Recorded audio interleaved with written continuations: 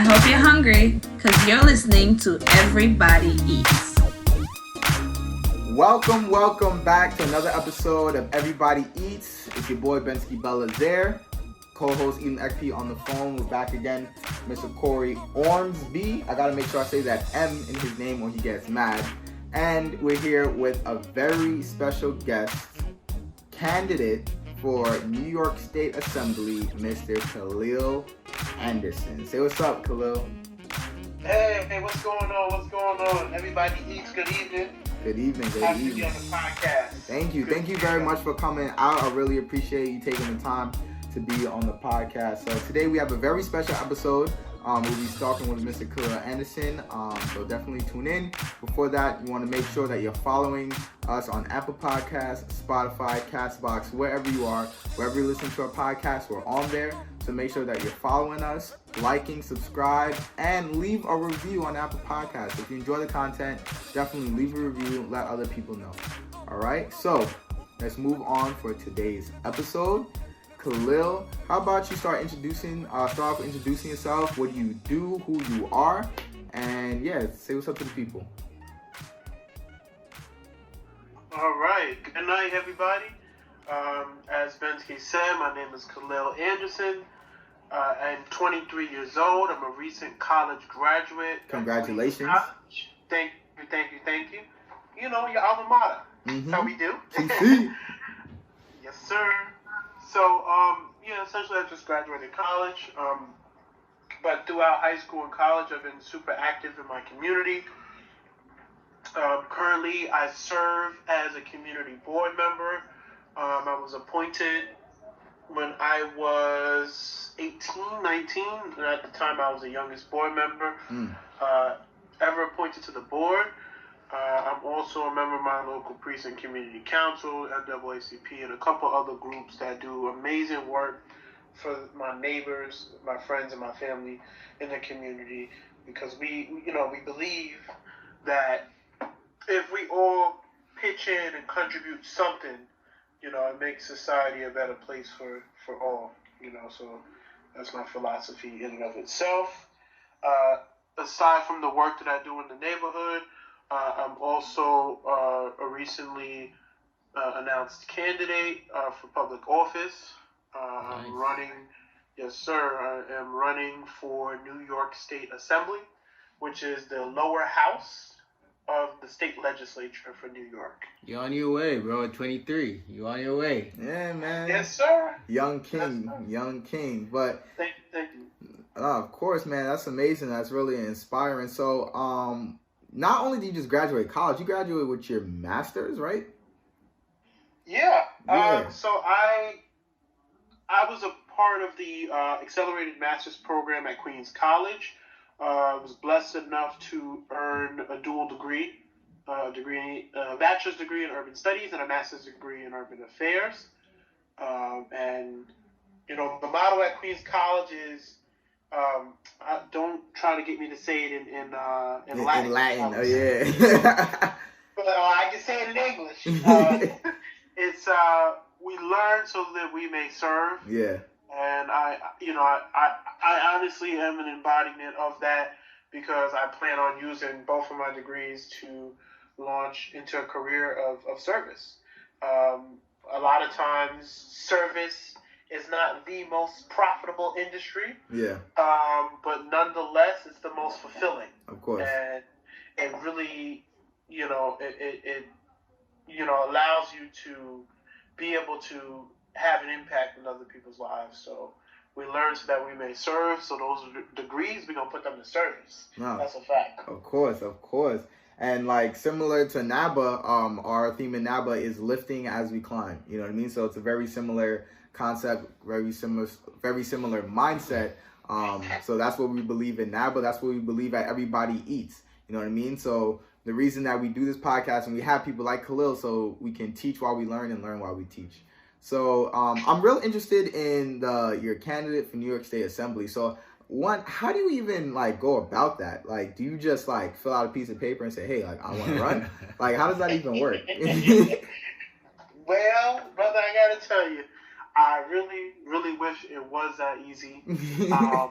Well, I mean, over the years, like the paperwork to become a candidate for public office has the process has improved. Okay. I mean, I don't know about how much, but this is what they're saying. It has improved. I went through a lot of struggle doing it, but essentially, so for running for office, I can only speak to New York. I mean, however, campaign finance laws and campaign election laws are pretty much similar across the country, but I can only speak for New York. So basically, to become a candidate, first things first, a lot of people don't do this. First things first is you gotta check and see to make sure you live in the district that you're running in. Okay, I thought you were gonna say you don't got no felonies. I thought you. I was We'll get to that. But yeah, you gotta make sure you live in the district that you're running in. You don't want to be out here looking silly saying that you're running for this, but you really don't live there, so you don't qualify to run for it. Makes sense. We had two candidates do that in my race, and I'm not gonna put nobody on no blast, but it's, that's okay. So you want to make sure you live in the district. You have to fill out some basic paperwork through the New York State Board of Elections, your name, the office that you're running for. You don't have to put the office you're running for. You can put undeclared. Okay. I mean, I know what office I'm running for, so I put it in there. And once you file that very important paperwork with the Board of Elections, they'll send you a confirmation number saying that you're confirmed, you're registered with the Board of Elections as a candidate, and that allows you to be able to open up a bank account, a special type of bank account, business bank account, business checking, so that you can begin raising money for your campaign. So basically, there are a few like prerequisites that you got to meet in order to get started on all of that. Yeah, and essentially, it's like starting a new business. You want to make sure that you know the business law. You make sure you want to know the business code, whatever things that are necessary and appropriate for your business. Same thing with the campaign. You want to make sure you're registered with the Board of Elections. You want to make sure you file your paperwork with them. You want to make sure you file that same paperwork with the bank, any bank of your choice that you want to bank with. And then also, just like any other business, you want to make sure you're registered with the IRS. And you get a, what's called a... like a tax ID? Yeah, tax ID. Yeah. Tax ID number, TIN, yeah. And that's the number that you use to verify that you are an active campaign. And the reason why you have all of these like hoops that you got to jump through is because campaign accounts are not necessarily taxed. So, and until you start paying people. When you I need to start running for some presidency. That's what I'm about to say.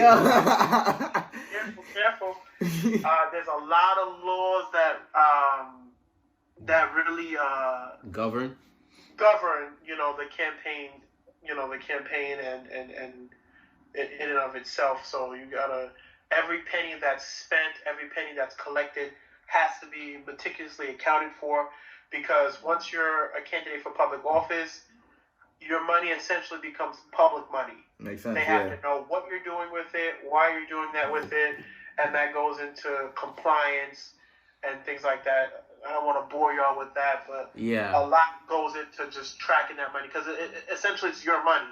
And because I'm collecting your money with the pretense of running for public office, it's heavily scrutinized, and you got to make sure that there's, you spend it right, basically. Yeah.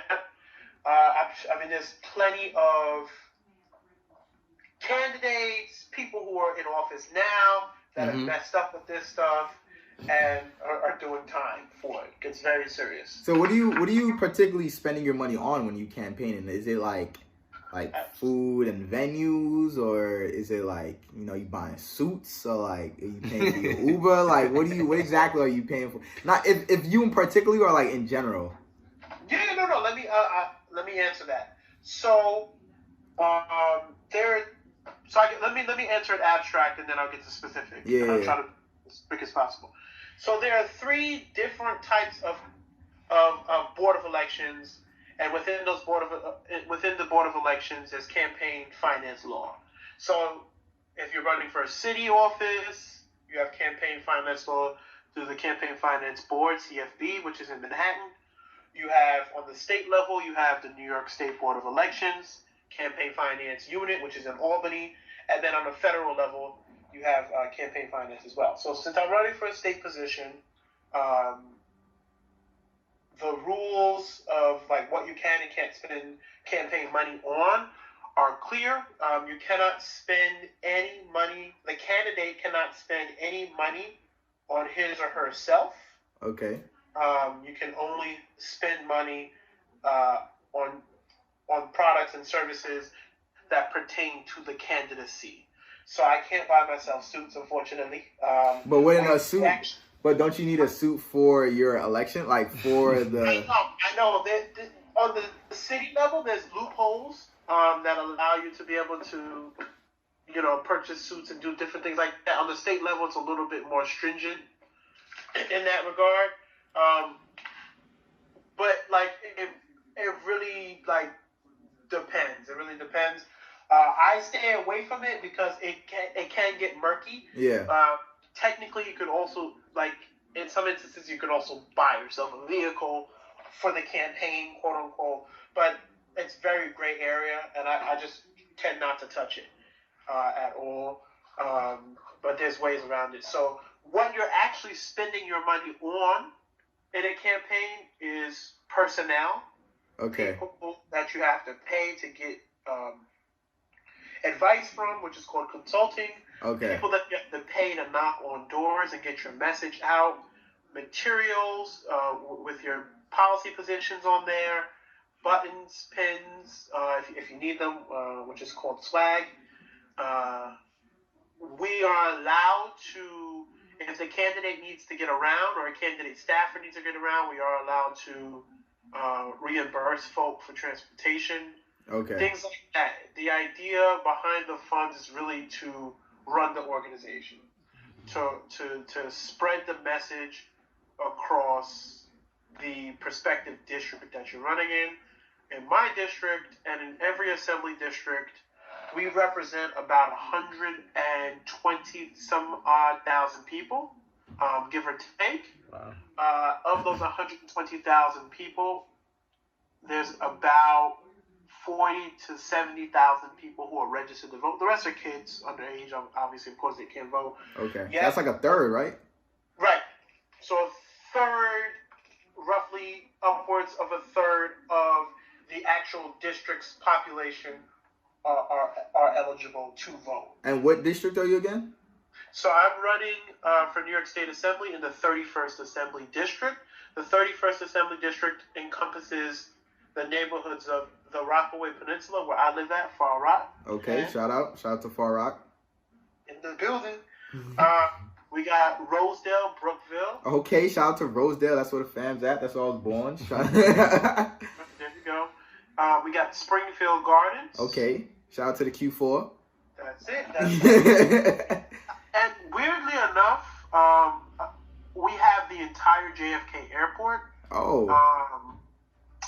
The district is weird because a third of the district is spaces where people don't live. Like nobody lives at the airport, so nobody can vote at the airport. Homeless people. And the surface area of the district, having JFK in it, takes up a third of the overall district, roughly, give or take, of the third district of the district. And then we have South Ozone Park and South Richmond Hill.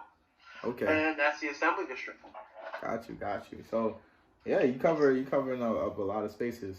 So, Khaleel, what are like some of the things, because earlier in the podcast you mentioned giving back to the community. Like, what are some of the things that you do in order to give back? Like you said, there are a lot of projects, right? Right. Wait, so hold on. So before we get into that, I think that's going to be covered up in our second segment. Right? I'm jumping the gun. I'm sorry. He's jumping the gun. So how about we'll take a quick break and then we'll hop into our second segment. We'll talk about giving back to the community. All right. So welcome back, Everybody Eats. We're here with candidate Khaleel Anderson for the New York State Assembly. So before we were just talking about pretty much what he does, the logistics of running the campaign. So as Corey just asked before, he was asking, what do you do specifically and like about giving back to the community? Because that's something that I'm really big on. That's something we're really big on here at Everybody Eats. So Khaleel, if you could speak more about that, about what your campaign and what you do for the Far Rock community. So what I do for the Rockwood community and how I give back? Yeah. Absolutely. So let me start with this. I strongly believe that you have to have some sort of background in community organizing or some sort of background of public service before you can go ahead and run for office. I mean, obviously people run for office for other reasons, for other ambitions. I'm running for office because I see a vision that unfortunately our leaders have not been able to carry out here in the Rockaway Peninsula and across this assembly district, to really create a neighborhood that is self-sufficient, create a neighborhood that is politically educated, create a neighborhood where young people are in positions of leadership, and create a neighborhood that is driven off service, right? So these are the things that I live by. Since I'm in single digits at 8 and 9 years old, public service was something that was really the cornerstone of what we were taught in our household. My mom was an organizer for ACORN, which was, I don't ask me what it stands for, but it's an old-time organization that really did a lot of grassroots organizing all across the country. They were actually credited with their organizing work in electing our first black president in 2008, Barack Obama. Okay, shout out to Barrio. My father was an organizer. I believe he was a shop steward for 1199 SEIU, which is a Service Employees International Union, so the healthcare workers. Okay. And then my mom volunteered on the PTA and things like that. So like service is in my blood, service is in my family. Yeah. Back is in my family. When my mom was the president of the PTA at my elementary school, she would take us over to the local nursing home. We would read to seniors. We would serve seniors. Like these are the things, and even at a young age, these are the things that we all should be doing as young people, so that we can engage our community. We can show the community that young people care. We can show the community that young people want a voice, and we can show the community, look, it's more than just staying in our lane. Like, we're getting out there and we're doing things to impact other people's lives. So service is at the cornerstone of my belief system, and that's number one. Number two, I feel blessed to have dedicated my childhood and my young adult life to service. Whether that's serving on my local community board, where the community board is a most local form of government. Okay. We are basically an advisory space for the city of New York.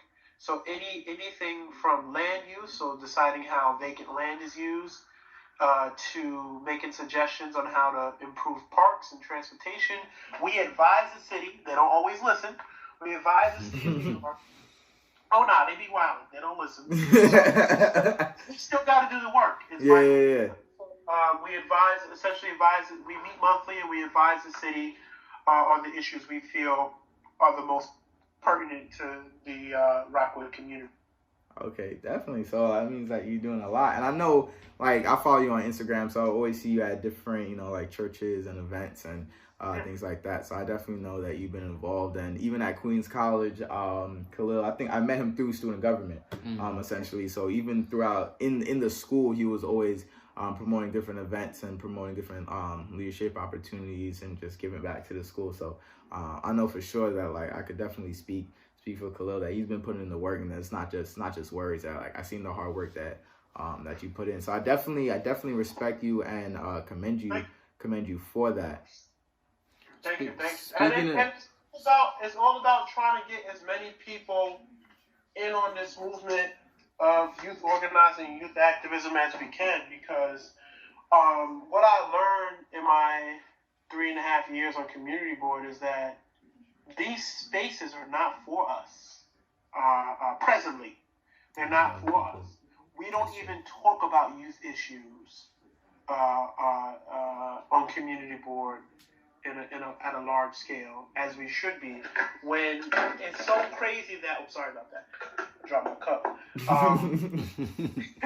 My bad. So we don't even talk about youth issues on our community board at a large scale like we should be. And it's crazy because if you look at census data, about a third of the Rockaway Peninsula is people under the age of 35.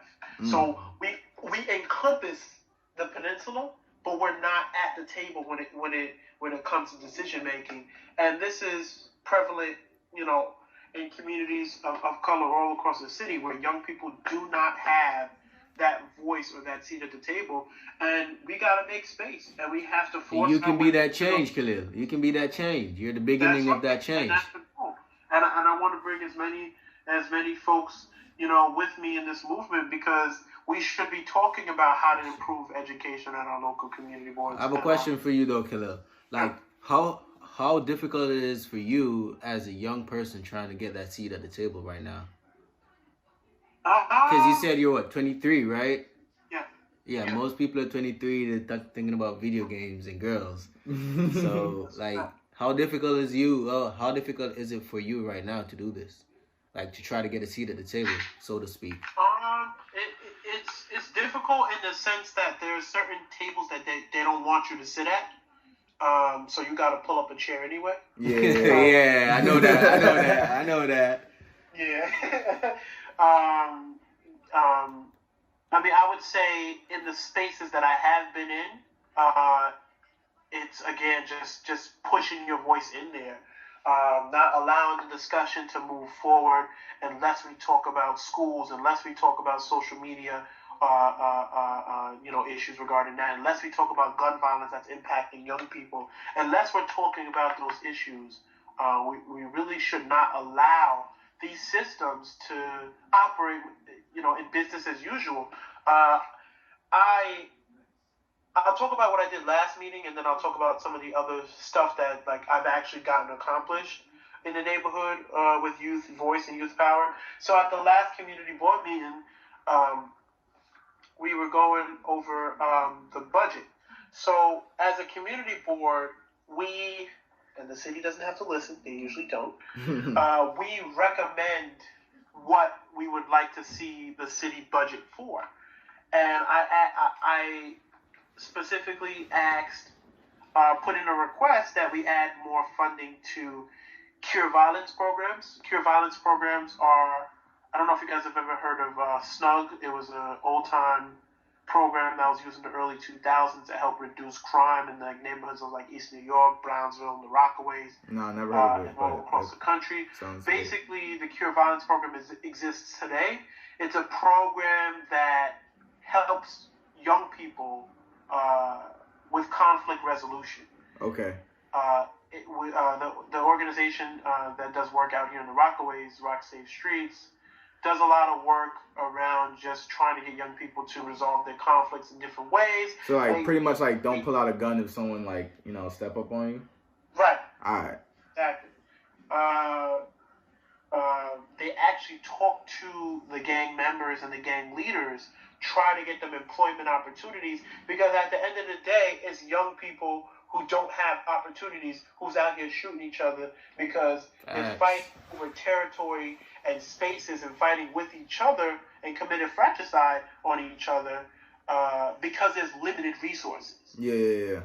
We're fighting for crumbs that don't even belong to us. And so at the community board, I said, look, we need to provide more funding for this program. Last year, for the area that they specifically serve in the Rockaways, not the whole peninsula, they only serve a 10-block radius. we went 368 days or something like that. I gotta look back at it, but it was over a year and some change without a shooting in that neighborhood.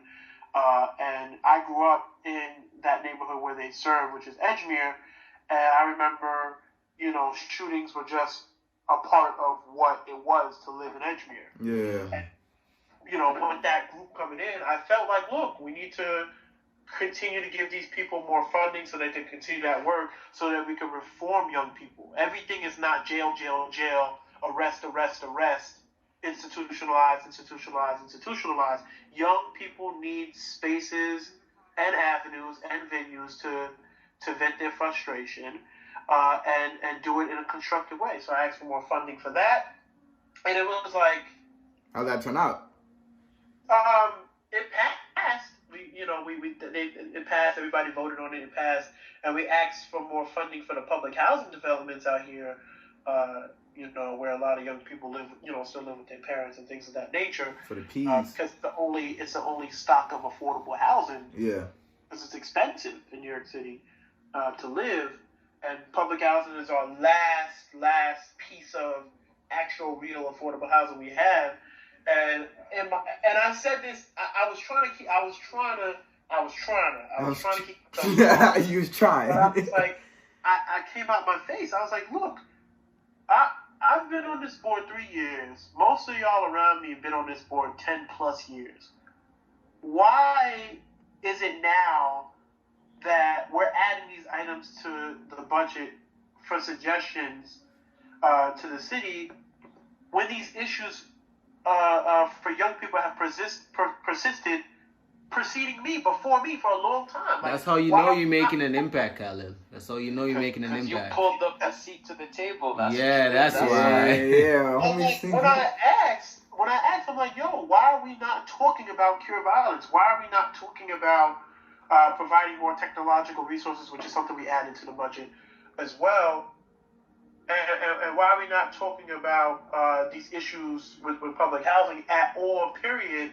Like, these are issues that have persisted for generations before me, and I personally believe that budgets are moral documents, right? Budgets are documents, especially city budgets, government budgets, are documents where you put money towards the things that you care about, period. Yeah. And if the government does not care about making sure that we have anti-violence and conflict resolution programs, then that's problematic. Not just to young people, but that's problematic to the populace. We should be looking into investing in new solutions. Everything is not a cop. Everything is not a jail. Everything is not institutionalized. We have to look at new ways in cultivating our young people so that they can have spaces to properly, express themselves. And community board is not the... Community board is a start.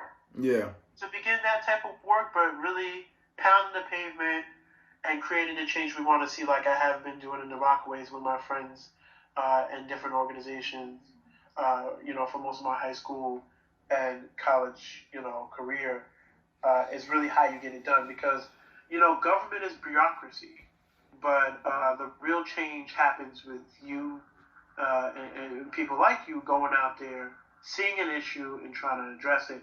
And one of the projects that I worked on in the Rockaways, because I was also a founding member of a youth organization called the Rockaway Youth Task Force in the Rockaways. Wait, say it again? What was the name of the organization? The Rockaway Youth Task Force. Okay. Which is the youth-based advocacy organization in the Rockaways that seeks to engage young people in the civic manner, engage young people through volunteerism, and engage young people so that they can have a voice in their community. One of the big projects I worked on with them is helping to create a half-acre community farm now. It's called the farm, where we grow and package fresh produce to a community that has high blood pressure, hypertension, to a community that suffers from food desert. If you live anywhere between Beach 32nd Street and Beach 67th Street, you know that there's not a supermarket within that range. That's That's crazy. over 30 blocks without a supermarket. We're elderly, we're seniors, we're elderly, we're young people, we're middle-aged people, where families live. Access to food is at an all-time low in the Rockaways. And we saw that as an issue as young people. When we started the organization, I was like 12, 13, 14. And the founder and the CEO was like 19, 20. Like, we said, look, like, enough of this. Like, we really need... That's kids going to work. Or, like, you know, young adults going to work. You know what I mean? So, that's amazing. We cultivated that space for young people. It's run by young people, for young people and for the community. And so that was one of the big projects I worked on with that group. We worked on, advocacy towards ending school-to-prison pipeline, which a lot of pieces of legislation last year were passed in the state legislature. That's why I want to go up there, because it's so exciting. Yeah. Because you really, if you do it right, you really can impact millions of lives in this state. And we saw that last year in the state legislature. I'm going to deviate really quickly from my third answer just to say this. Yeah. For 50 years in the state of New York, which is so weird because we're a democratic state, we're a blue state, but yet for 50 years, the legislature, which is the lawmaking body of the state of New York, was controlled by Republicans. And a lot of the legislation that we were trying to get in there, everything from more funding for public housing, more funding for cure violence programs, funding for summer youth employment programs, DYCD to keep young people off the streets, equitable funding for our schools and Black and brown communities. All of that stuff, brothers, I got to tell you, was held up by Republicans. There was a group of renegade, like, Democrats. It's Democrats that, like, just didn't mess with the Democrats, like, legit. Like, they was just like, they was their own group. Yeah. They was like, all right, but we really don't want to mess with the Democrats because they be, we just don't mess with them like that. Our own little group called the Independent Democratic Caucus. And basically, we Democrats, when it's ballot time, we Democrats in name only, but we really be sitting with the Republicans. Those are homeboys. Like, that's who we be messing with. And, like, generally, Republicans are more conservative on these issues. Yeah. And they don't see the need to invest in the inner city. They don't see the need to prioritize public housing and social welfare programs that really help address the systemic and root cause issues that plague Black communities, period. Yeah. And they've been holding our government hostage, bro, for 50 years. And that's where Khaleel comes in, boy. That's where you come in. And, like, the crazy part about it is nobody was saying nothing. So when the people, like, finally woke up and was like, wait a minute, this don't make no sense. They organizations and groups all across the city and all across the state got up and said, this doesn't make any sense. Why do we have Democrats caucusing with the Republicans, sitting with the Republicans, pushing Republican initiatives for what? And guess what New York did last year? New York said, for the first time in 50 years, no more. And they elected 9 new Democrats in the state legislature. And we were able, I'm not a part of it yet, but they were able to pass 460 pieces of legislation that will, immediately or over time impact our lives. Everything from making sure that we can register to vote online, like, why is that a thing? Yeah. To everything from that to securing more funding for inner city schools on the state level through the Campaign for Fiscal Equity, which is still a work in progress. Yeah. Everything from making sure that we have fair election laws to criminal justice reform, making sure that we basically have bail reform, because right now, if you're poor, you can't get out of jail because you can't afford bail. Yeah. If you're rich, and even though it's the same crime, if you're rich, you get out. Period. They passed legislation to essentially give undocumented folks driver's licenses, which generates more revenue for the state because everybody has to pay them fees at the DMV for their license. That's a fact. And it makes the streets safer because we know when you have a driver's license, we know who's driving. Yeah. But if you're an undocumented person and you're driving, we don't know that you're driving. So if you get into an accident and you just leave the scene, we don't know nothing. Period. So things like that, and a big win for young people, for us, is that we passed. Why I keep saying we like I'm up there? You gotta speak into existence, bro. So you keep saying we. That's right. Last year they passed legislation, or last session. It was this year, but last session. And I'll explain what that means when the time allows. They passed the Jose Peralta Dream Act. Jose Peralta was an IDC member. He was caucusing with the Republicans. He was a Democrat. Yeah. He was also a former Queens College alumni. Okay. Who sadly passed away, but he was working on the Jose Peralta. Well, it's named after him now. The Dream Act that provides state tuition assistance to people who are undocumented, so they can have access to college. Oh, wow. So that passed, and that's been held up in the legislature because of the Republicans for over 10 years. Wow. Plus, I think it was first introduced in 2006, and it just now passed. And so it shows that when Democrats work together, 13 years ago. Right. Wow. Right. When Democrats work together, when they cut the BS and they focus on delivering for the people, we can get a progressive agenda that addresses the needs of the communities that need it. And oh shoot, I forgot to mention this. In the legislature last year, they passed one of the strongest, until California had to knock us off, but one of the strongest rent protection laws in the country. And then 2 months later, California passed theirs, so now they have the strongest in the country. Rent laws in the country to ensure that we safeguard rent stabilization, to keep rent stabilized so that people can afford to live here.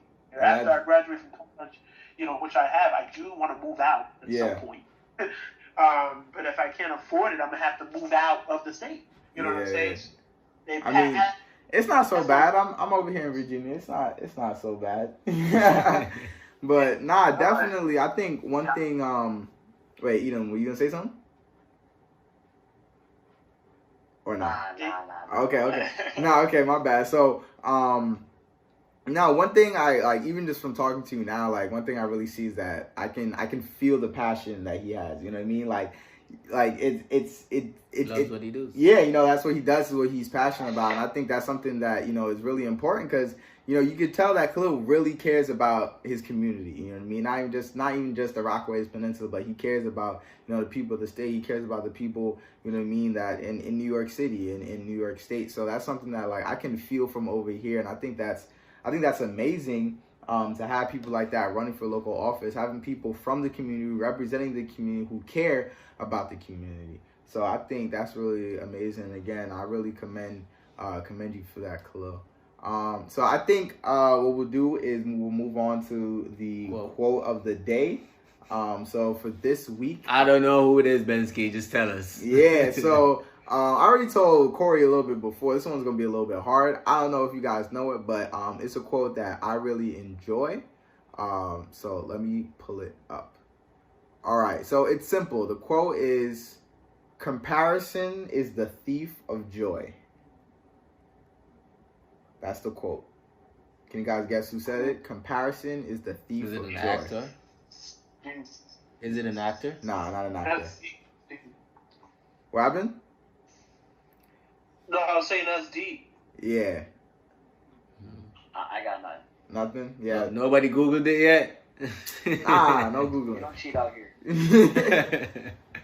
But who said that? We give up. So President Teddy Roosevelt So I don't even know how I heard this. It might have been on. I've been listening to a lot of podcasts lately, so I'm assuming it was somewhere on a podcast. But I had it written down in my notebook at work, and it was just something that's been in my head. Like when it comes to starting businesses, right? Like when it comes to Kilty Styles, it's like, it's so easy to compare yourself to other brands, other clothing brands, other people who are doing it, and to think like, oh, why am I not like them? And you can get sad, you can get depressed, and you can get discouraged. Or even in Khaleel's case, like you're, a 23-year-old running for New York State Assembly. I'm sure you have other candidates who, who either could be older than you, maybe they have more experience, but if you're looking to them and saying, why am I not like them, then you're going to be discouraged, and you're going to forget, your own motivation, the own reasons why you're doing something. You know what I mean? So it's like, from what I understand, that don't compare yourself to what other people are doing. Go chase your own bag. You know what I mean? Like, don't worry about what I'm doing. I'm not going to worry about you going to be doing. I'm going to worry about myself. I'm going to do myself. I'm going to work hard and do that. You know what I mean? And if you out here comparing yourself to, oh, why am I not like X, Y, and Z? Why am I not like her? Like this? Yeah, you're just going to lose. You know what I mean? That's not where it's at. So that's why I really enjoy the quote. So repeat it one more time. One more time for the people. Comparison is the thief of joy. There you go. So make sure you focus on yourself. All right. So from that, we'll transition to our last segment of today. I wanted to talk about a little something different that I think, is very important topic. This is a very important topic for us to discuss, right? This Popeyes chicken sandwich. Yo, this sandwich has the world going crazy, yo. The amount of news coverage, meme coverage, like people out here getting stabbed over a chicken sandwich, that honestly is not... Are you for real right now? Bro, someone this week got stabbed. I think it was in Maryland, bro. Someone got stabbed over a chicken sandwich because I think they like cut the line or something like that. Oh my God. Like people are dying over chicken, bro. Like people are dying over fried chicken. This is a problem. The Boondocks predicted it first. And that's crazy. Like the Boondocks, they really had that episode. But it was funny because like that episode was based off of like actual real event where like a Popeyes like ran out of chicken and people were going nuts. But like now, like people are really dying over chicken. And the thing is, like, it's not like it's good. I've never had a Popeyes chicken sandwich. All right, it's good. You should go have it, right? But to me, ChickfilA is still better because from ChickfilA, I get the deluxe with the cheese. You know what I mean? Lettuce, tomato, cheese. You get a full sandwich. Facts, yo. You throw that, Chick-fil-A sauce on there. Get your side of lemonade. I had that joint yesterday for lunch. It was banging. But y'all need to stop killing yourselves over some chicken, bro. Like, it's not that serious. I can fry chicken, like you know what I mean. But nah, it's good. It's good. I know.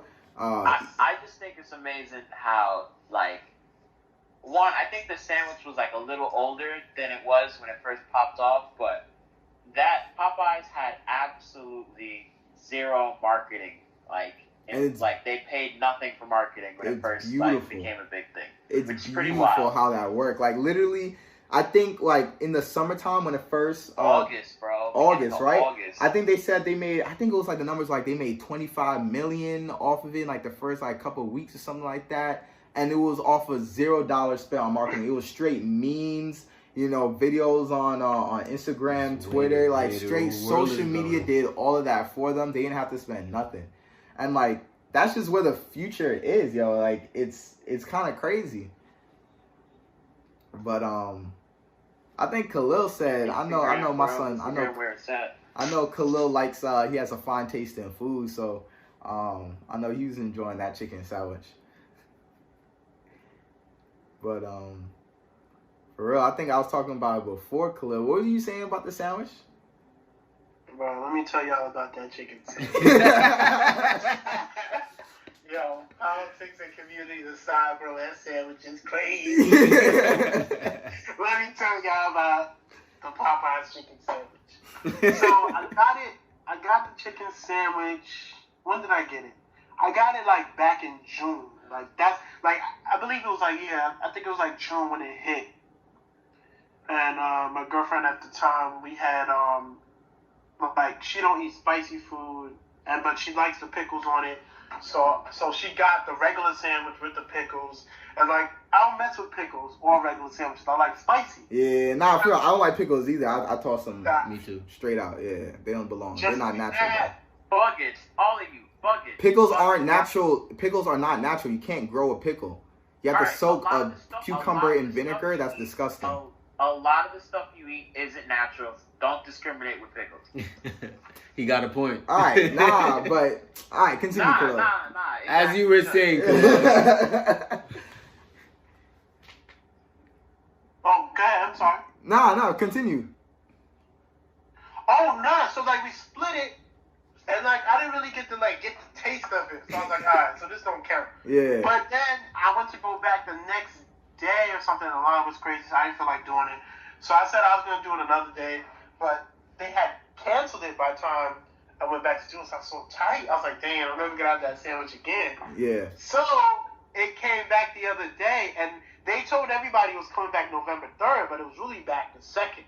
Okay. So I went to as soon as I found out, I went to Popeyes on the Ave, and I got me the spicy chicken sandwich with the sweet heat sauce. Period. I had that, and it was good. And I was like, shoot, I gotta have another one. So I had another one the next day. But how I got that next one the other day, because my campaign account is looking good.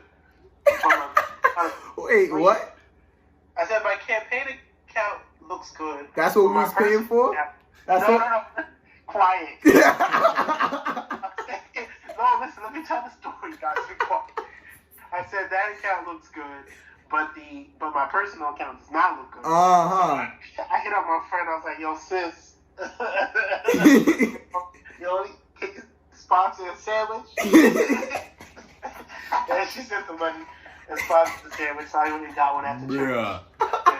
And, that sandwich is good. And then mom bought some sandwiches for the crib. Everybody had one. So I done had that sandwich like 3 or 4 times. It gets better each time though, but you just can't. Bro, you guys cannot get the sandwich when they had it sitting in the bag that it comes in for like mad long. It gotta be fresh, bro. Cause like when it's in that bag and the condensation, gets into the bread, it makes the bread a little soggy. It's not good for me. No, I'm not with that. But all 3 times that I had it, it got better each time. It's good though. And like I have to say this. One thing that Popeyes has over ChickfilA, because that's how this started, is that Popeyes is in everybody's hood. ChickfilA is not accessible. Nah, that's very true. That's very true. Yeah, like if you want to go to ChickfilA, you got to go to Queens Center Mall, and that's deep. Yeah, nah, that's true. Like Popeyes is definitely in more. They say Chick-fil-A is like a bigger company. I think it's like the 3rd biggest like fast food chain. But like Popeyes, you'll definitely like, especially in New York, like you'll see a Popeyes like 3 times before you see a Chick-fil-A. But the thing is, Chick-fil-A is also more of a southern thing, so I guess it depends, on the location. Right.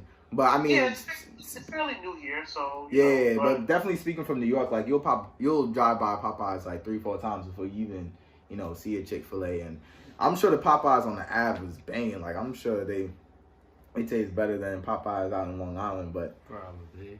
But out here we got a Church's Chicken like down the block, but I don't think I've never been. But I mean, we in Virginia, so I feel like that Church's Chicken is probably banging. But I haven't had the Popeyes out here. I've only had it once in New York, and it was good. Like I said, it was good. But like Chick-fil-A kind of got my heart, bro. Like that Chick-fil-A sauce, like. I think what Chick-fil-A got you on is that customer service, bro. All right, that customer service is different though. Like I posted on my story yesterday, like, yo, y'all getting stabbed over Popeyes. I'm getting served with my pleasure. Feel me? Like that Chick-fil-A, that joint, they got something good going on. But I don't know. For those listening, if you have a preference, if you think Popeyes better than Chick-fil-A, Chick-fil-A better than Popeyes, definitely leave that in the comments. We interested on how you guys feel. But me personally, I'm Chick-fil-A. Chick-fil-A, you could sponsor us, and we could have Chick-fil-A on the podcast. So if someone from Chick-fil-A is out there, you listen to this, you know what to do. But essentially, I want to thank Khaleels Anderson for being. Can I plug in real quick? Yeah. Really quickly before y'all go out, I mean, also I have a bias against Chick-fil-A too. I have to mention that. They out here wilding. They out here supporting Trump. I heard I read a news article talking about how I think the founder or the CEO, I'm not sure, gave money to Trump in 2016. And I feel like if you're a fast food restaurant, like just stick to fast food. Politics, I understand why you have to, especially like in this type of controversial type of political race. Like stay out of it. But nah, they gave money to Trump. And I've been trying to stay away from them since I found that out. Yeah, but the thing is, the chicken didn't give money to Trump. That's what I'm saying. Like, what the founder did and what the chicken sandwich did are completely different. Yeah. But everyone got their own beliefs, right? We all entitled to their own beliefs and opinions. My opinion is that chicken is still good. I just can't get it on Sundays. You know? That's it. Like shout out to Kanye. Closed on Sunday. That's you my Chick-fil-A. Yeah. All right. So definitely, Khaleel. Where can people reach you either on social media if they want to donate to your campaign? Like how can people get in contact with you, your office, and all that? Absolutely. I'm glad you asked. Especially how can people donate? The toughest thing about running a campaign, just like running a business, is raising money. Yeah. Because, I feel that. Yeah, like even with all the goodwill in the world, people still gotta get paid. Yeah. And that's what we're fundraising for. Honestly, we're fundraising for salaries because I'm gonna need to soon hire a campaign manager. I'm gonna soon need to hire a comms director to help me with my communications and my messaging because I've been running everything in that sense with myself. I'm going to need a fundraising director. I'm going to need a field team. So that's what we're fundraising for right now. So every dollar counts and every dollar matters because, we're building a war chest because, once the beginning of the year hits, we're going to war. Yeah. And I'm not running against an incumbent because the incumbent means the current occupant. The current occupant recently was elected to a judgeship, so she's now going to be in the civil court for the county of Queens. So she's leaving the seat. So I'm running in a vacant seat. However, 6 or 7 candidates have to throw their name in, and if they have more resources than me, they can outspend me, and it's going to make the race even tougher. So that's why we're trying to raise our money early. So every dollar counts. Every dollar matters. Every dollar. Will be put to good and valid use. You could always look up how we're spending our money because it's public record. Okay. That's good to know. Yeah, you're not spending it on Popeyes chicken. Listen, no chicken sandwiches for me up there. But no, it's public record. So how can we get that money to you, though? Yeah, what's the link? Yeah. So the link is you guys go to Google, type in ActBlue, ACTBLUE, type in my name, KHALEELANDERSON. Name comes right up, and you go straight to the ActBlue account and donate whatever you can. All right, we'll have that link available in the description for this episode if you guys are interested in supporting Mr. Khaleel Anderson. I know I definitely threw my money so I could support that man. I can't vote, unfortunately. One, I wasn't in his district, and now I'm not even in the state. But do what you can. You hear him, you know what he's about. So definitely donate. What's the Instagram? You got an Instagram? Yeah. So my Instagram is I'm pretty boring. I'm sorry, y'all. But I'm just at Khaleel Anderson. All right. I have on my campaign all my images on my social media is my campaign logo and profile picture for that as well. And I have my link in all my bios on Facebook, Instagram, and Twitter. Because we're really trying to hit 50K by the beginning of the year so that we can continue this grassroots movement and be a strong campaign. Let me mention one more thing. All right. I have to mention this. Like today, I was down at City Hall with 16 other candidates who are running for state assembly, just like me. Golly. Young people, advocates, activists from different groups and organizations from all around the city who are running for public office because they want to make a difference in their neighborhood. Yeah. But the biggest we joined together and held a joint press conference because like we feel that our political voice is as strong as our money is, and that's evident because a lot of our elected officials are bought and paid for by special interests and bought and paid for by corporations and lobbyists. Yeah. And it's because our dollar is not enough for these elected officials because we don't have it. So we went down to have a press conference because in the legislature this session, they were supposed to pass legislation providing matching funds for candidates. So what's matching funds, right? So every dollar that you earn from the average Joe, or Jay Sean, rather, every donation you get from the average Jay Sean should be matched 6-1, so that it can equal. So it could be, it could encourage candidates to get more individual contributions. So $6 per $1 donated? Yes. Okay. And yeah, it's public money, but unfortunately the legislature, they're a bunch of cowards up there in Albany, and they was like, oh shoot, if we pass this, then people's gonna start running against us, so we not passing it. We gonna pass it on to a commission. So let them figure it out. And so like they BS with that issue. Now, like we gathered together, and we're from all around the city. These people from Brooklyn, Staten Island, the Bronx, people for office because they care about the, their neighborhoods and stuff. But we struggling out here to raise this money. So money is important because we gotta pay people so we can get our message out. I'm trying to communicate. I'm not trying to run a campaign where I'm only focused on one area, one population, things like that. I'm trying to hit all 86 election districts that are in the 31st Assembly District. And I'm trying to hit every neighborhood in the Assembly District and talk to every voter that I can, so that they can hear my message and my voice and know that I'll fight for them in Albany. But it takes money. It takes money. It's money. No, that's a fact. So donating, is vital, bro. Real talk. I really need everybody eats to come out and help me eat. Oh, of course, bro. You already know you got my full support, bro. We'll make sure if you listen to this and you're in New York, make sure you register to vote, right? 2, if you live in his district, make sure that you voting for my man Khaleel Anderson. I believe you said the election is June 2020. Am I correct? Yes, sir. Yes, sir.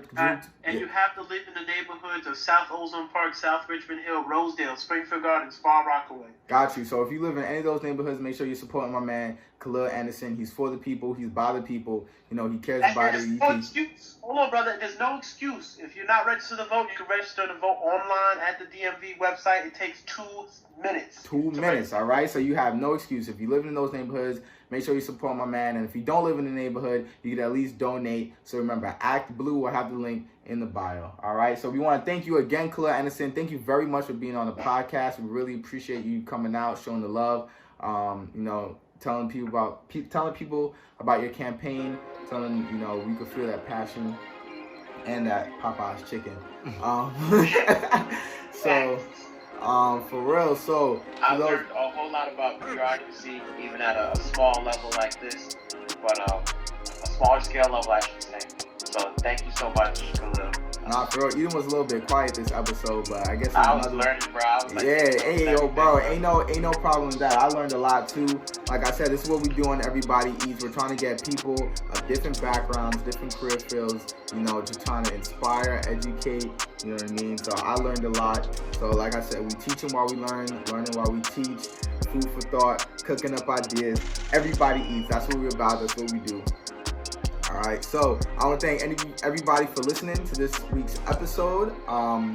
Definitely, like I said, make sure you click that Act Blue link that we'll have into the description. Make sure you're following us on Apple Podcasts, Spotify, Castbox, anywhere you consume podcasts. We're on there. Make sure to follow us. Leave a review on Apple Podcasts. Let people know. Share with your friends. Make sure you're following us on our Instagram page at everybody_eats. We'll be posting the videos, snippets of the episodes, and the YouTube page is in the works. I keep saying it, guys, but it's in the works. Yeah. So just be patient. He's working on it. I saw him working on it last night. Yeah. Just be patient. We'll have that up and out.